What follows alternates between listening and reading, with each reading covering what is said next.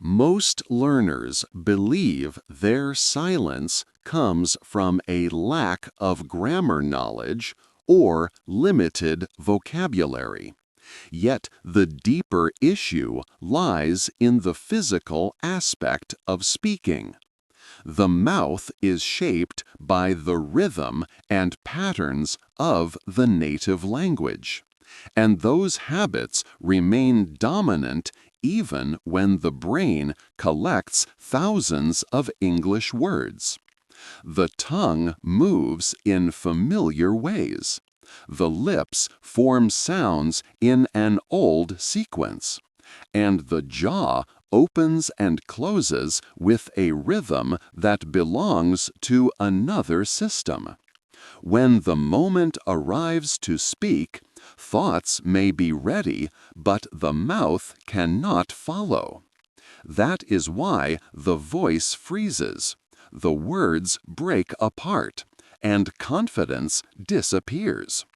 Speaking a new language is not only mental, it is physical training of muscles. Just as an athlete cannot succeed by reading about running, a learner cannot achieve fluency by only reading or listening. Knowledge without movement creates an illusion of progress. The muscles of speech remain untrained, and when pressure comes, they refuse to perform. This explains why many learners understand every word in movies or articles, but fail to produce even a simple sentence in real time. The brain is active, but the mouth is unprepared. The comparison with fitness is powerful. Imagine a person who has studied exercise techniques, watched countless demonstrations, and even explained the science of movement to others. Without actual practice, the muscles remain weak. On the first attempt, the body collapses under its own weight. English speech works in the same way. Without repeated physical effort, the lips, tongue, and jaw cannot coordinate to produce smooth and confident sound. They stay stuck in the slow rhythm of the first language, making English sound broken or mechanical. The human body stores patterns through repetition. In childhood, every sound of the native language was repeated thousands of times, building a strong foundation of automatic movement. That is why the mother tongue flows effortlessly, while a new language feels heavy and uncertain. English has different stress patterns, different intonation, and unique clusters of sounds. These differences demand fresh training, not more memorization. Learners often skip this stage, believing that more grammar will fix the problem. Instead, the gap grows larger between what they know and what they can say. Confidence in speaking is not destroyed by lack of intelligence, but by lack of physical readiness. The frustration of knowing the answer but failing to express it creates hesitation and fear. Each failed attempt builds another layer of self-doubt. The cycle repeats: more study, less speaking, more silence. The root cause remains hidden until the learner realizes that fluency lives not only in the mind, but also in the muscles of speech. When the mouth is untrained, no amount of listening or reading can break the silence. The body must learn to move differently, to adapt to the rhythm of English, to release old habits and form new ones. Only then does the voice begin to flow. This chapter reveals the hidden truth. Silence is not the result of ignorance, but of an unprepared instrument. The voice is present, but the physical foundation is missing. Once that truth is understood, the path to transformation finally becomes clear. The idea of daily practice often sounds difficult, but fluency does not require hours of work. It requires short, focused training that repeats every day. Just 5 minutes can completely change the way the mouth produces English sounds. This short routine is like a laboratory where the learner experiments with voice, rhythm, and movement. It does not demand perfect results. It only demands consistency. The first step is a warm-up. The mouth is like any other muscle, and it cannot perform well if it is stiff. The learner begins with simple lip rolls, gently buzzing the lips together for a few seconds. This wakes up the muscles around the mouth. Then the tongue is stretched forward and pulled back, repeated several times to increase flexibility. After that, the jaw is opened and closed slowly, removing the tension that builds during the day. Finally, the learner creates a wide smile and holds it for a short moment. These 4 small actions together prepare the mouth for English, making it looser and ready to move in new ways. The second step is the mirror exercise. A mirror becomes a silent coach, reflecting movement and energy. The learner stands in front of the mirror and chooses one simple sentence. It can be a sentence about learning or a positive message. The focus is not on difficult grammar, but on clear movement of the lips, tongue, and jaw. The sentence is spoken slowly first, with attention to each part of the mouth. Then it is repeated several more times, a little faster each time.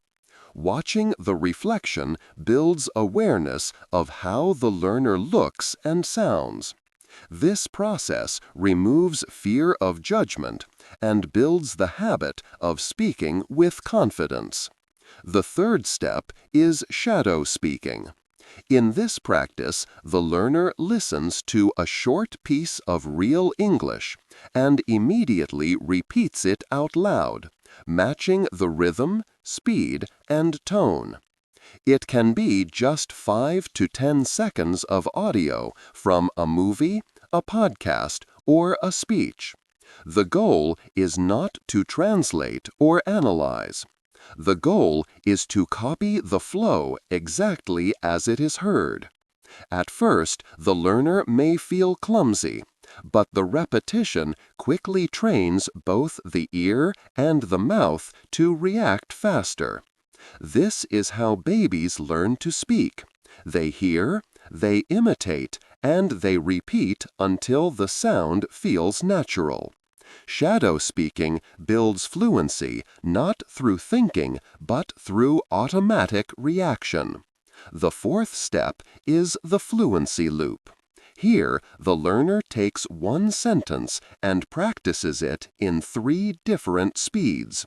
First, very slow, making sure each sound is clear. Second, normal speed, where the sentence flows smoothly and naturally. Third, fast speed, where the words are linked together without pause. This sequence is repeated several times. The loop trains the mouth to adjust speed and builds comfort with quick speaking.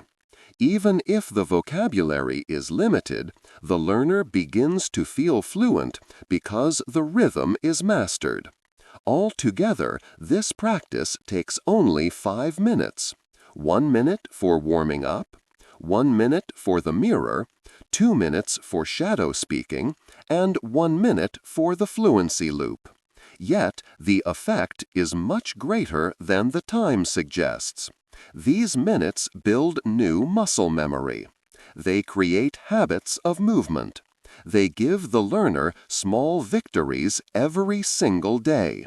With repetition, the mouth learns to speak English not as a foreign system, but as a familiar pattern. The laboratory is short, simple, and powerful, and it shows that progress comes not from long study, but from daily action that turns silence into sound. Many learners believe that speaking fluently means knowing many words and using advanced grammar. But real fluency is often built on rhythm and connection. Native speakers do not pronounce every word as a separate block. They join words together. They remove unnecessary sounds. And they create clusters of sound that flow like a song. This is why English often seems fast and smooth to a learner, while their own speech may sound broken or robotic. The secret is not in bigger vocabulary, but in learning to link small groups of words and say them in one breath.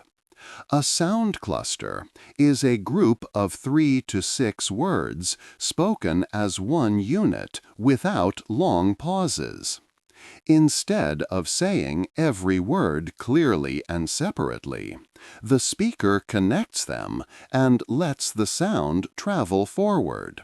For example, a native speaker does not usually say, "I am going to the market," with a stop after each word.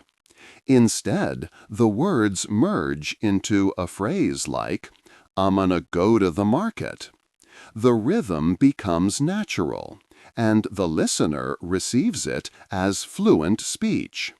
This method of joining words creates a melody, and that melody is what the ear of the listener expects to hear. To train this ability, the learner can choose 3 common clusters each day. Simple phrases such as, "Let me know," "Going to go now," or "Want to see it," are perfect for practice. First, the learner repeats each cluster several times alone, making sure to speak them smoothly on one breath. Then they transform the cluster into a short sentence. For example, from "let me know," they can say, "Let me know when you are ready." From "going to go now," they can create, "I'm gonna go now, see you later." The goal is to keep the entire phrase connected, without breaking it into separate pieces. Recording the voice is a powerful part of this training. When the learner listens back, they can hear if the speech is still slow and separated, or if it begins to sound smoother.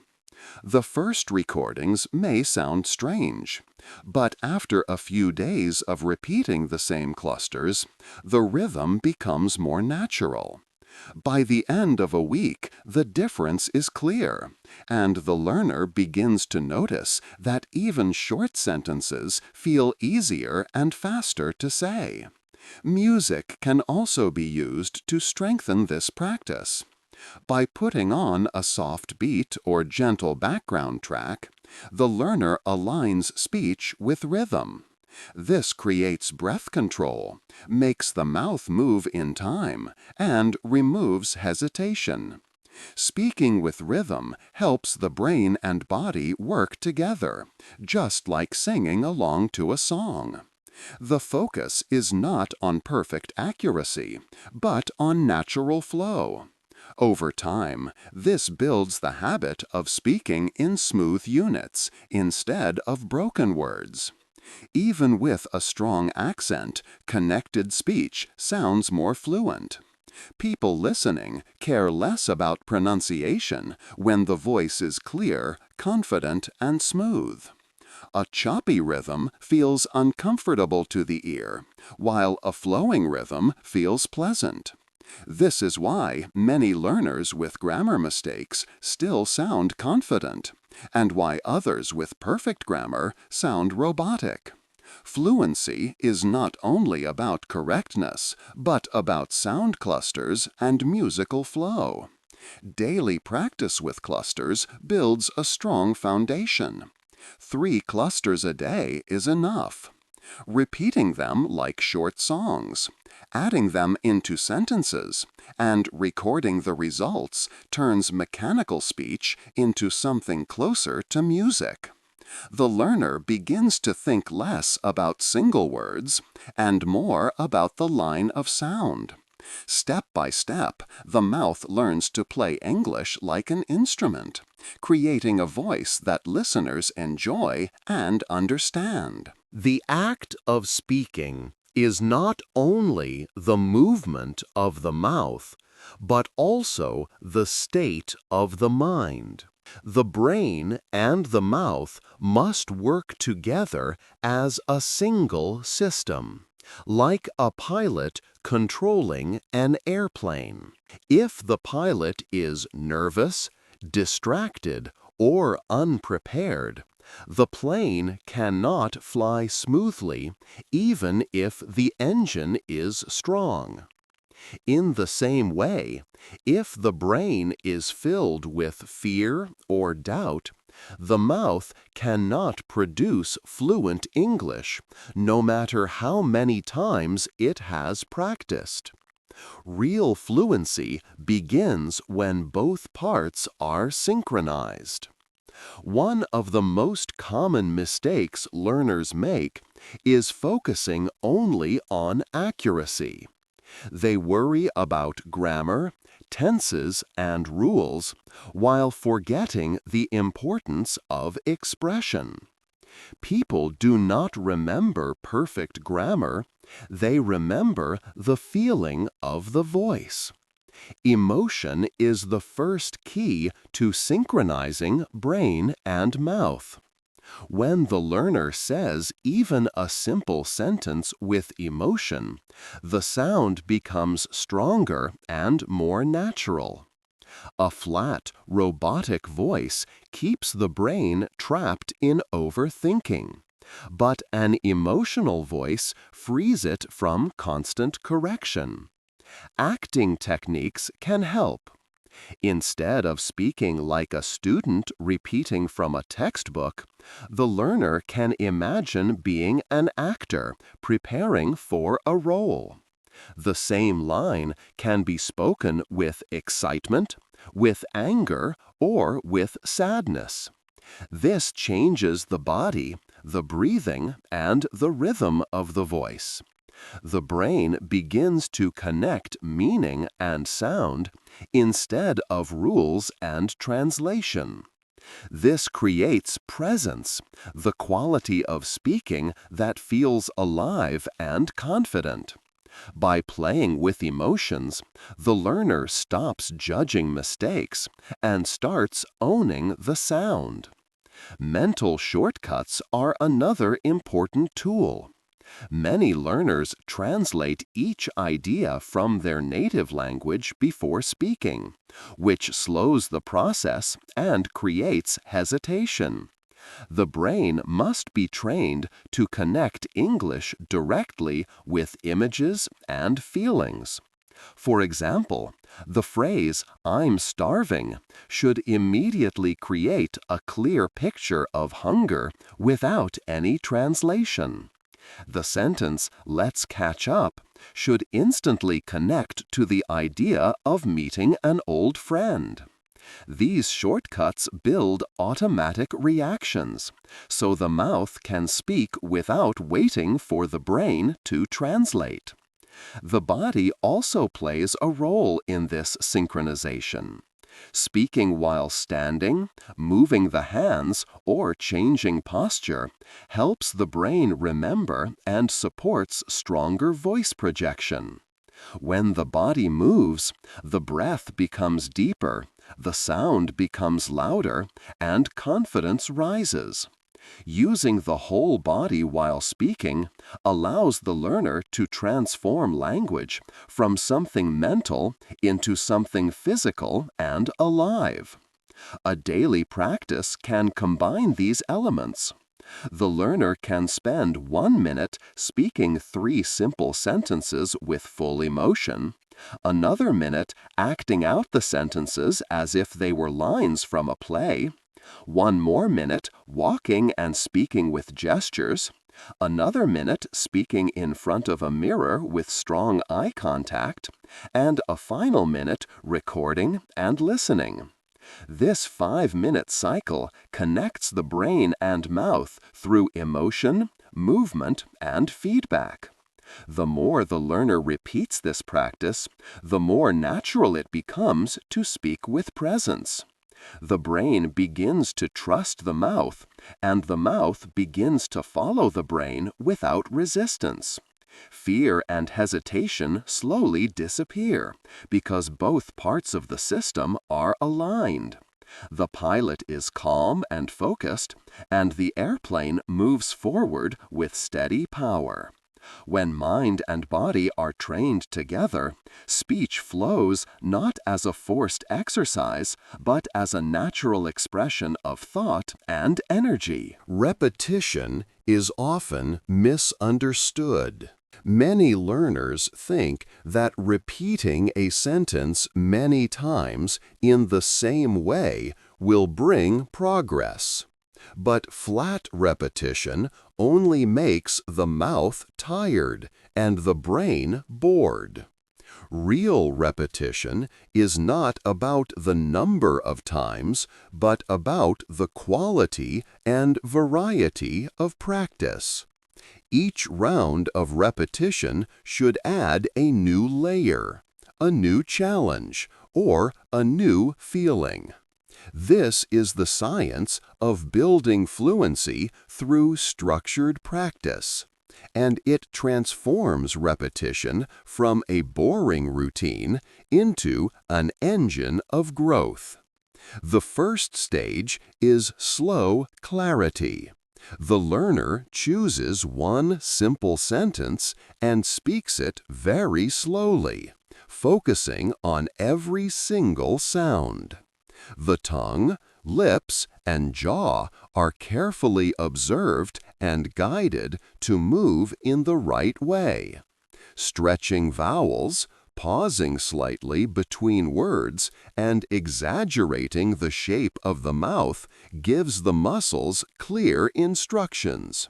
This stage is like lifting a light weight at the gym with perfect form. It is not fast, but it builds the correct foundation for movement. Without this stage, the body does not know how to produce the sounds with precision. The second stage is flow repetition. After clarity is established, the learner says the same sentence in a natural, connected rhythm. This time, there are no pauses between words, and the focus is on linking sounds smoothly. The sentence should sound closer to how a native speaker would say it in daily life. The goal here is to build a habit of continuous flow so the voice does not break down into pieces. By repeating several times in this stage, the learner trains the mouth to keep the sentence together as a single unit. The third stage is emotion repetition. The same sentence is now spoken with different emotions, such as happiness, anger, or surprise. Each emotion changes the intonation, the volume, and even the speed of the words. This trains the brain to connect feelings with language, and it makes the sound alive instead of robotic. Emotion also helps memory because the brain remembers experiences that feel strong. Repeating sentences with emotion builds confidence and prevents the monotone voice that many learners struggle with. The fourth stage is pressure repetition. Here, the sentence is spoken at a faster speed, but still with control. The goal is not perfection, but reaction speed. The learner pushes the tongue and lips to move quickly, forcing the system to work under pressure. At first, mistakes will happen, but that is part of the training. Just as athletes practice under intense conditions to prepare for real competition, learners train under speed to prepare for real conversations. After several repetitions, the mouth begins to react automatically without waiting for the brain to analyze. The fifth stage is real context repetition. The learner takes the same sentence and places it into 3 different real situations. For example, the sentence can be used in a professional setting, in a personal conversation, and in a casual chat. Each context changes the tone and the feeling, which forces the brain to adapt and use the language flexibly. This stage connects practice to real life and prevents the sentence from staying only in the classroom or notebook.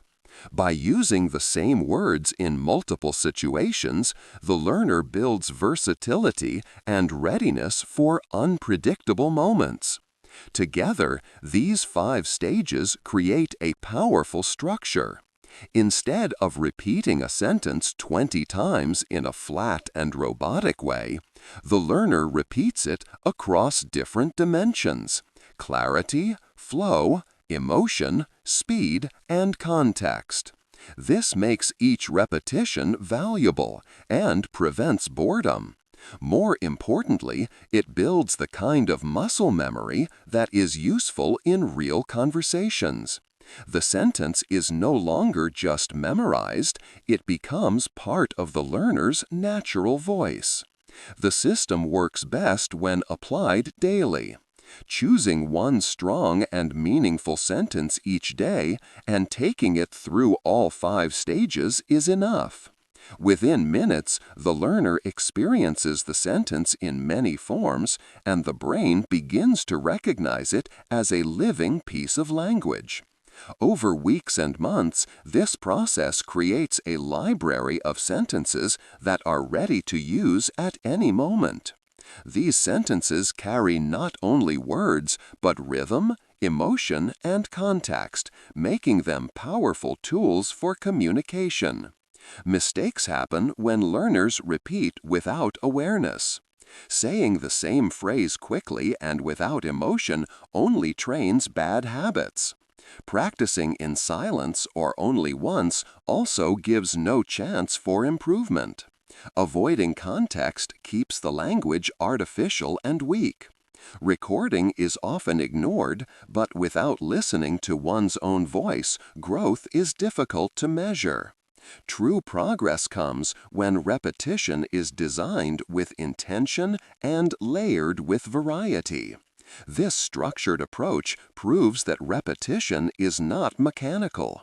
It is creative engineering of sound, thought, and memory. By shaping practice in this way, the learner builds real fluency, not through endless hours, but through smart and purposeful training. Over time, repetition becomes less about remembering words and more about becoming the kind of speaker who can use them freely in any situation. A structured month of practice can create transformation if the learner follows it with discipline. 30 days may not sound long, but in that time, the mouth, the brain, and the body can change habits that have been built for years. The key is not to overload with long hours, but to follow a steady daily plan that repeats the most effective actions. By breaking the month into smaller stages, the learner sees progress clearly and stays motivated. The first 7 days are the foundation stage. During this period, the learner focuses on building the habit of practice.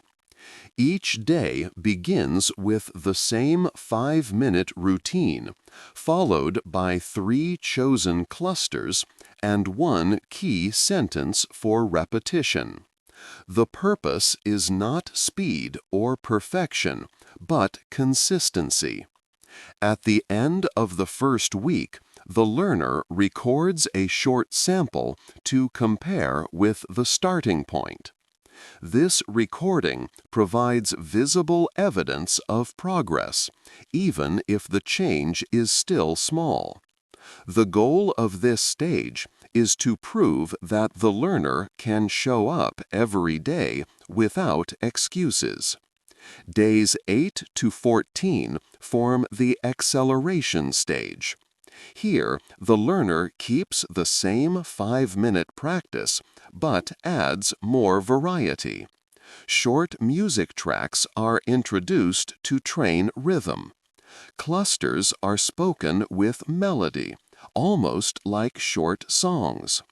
Mini scenes are also added, where the learner acts out a situation using the chosen clusters or sentences.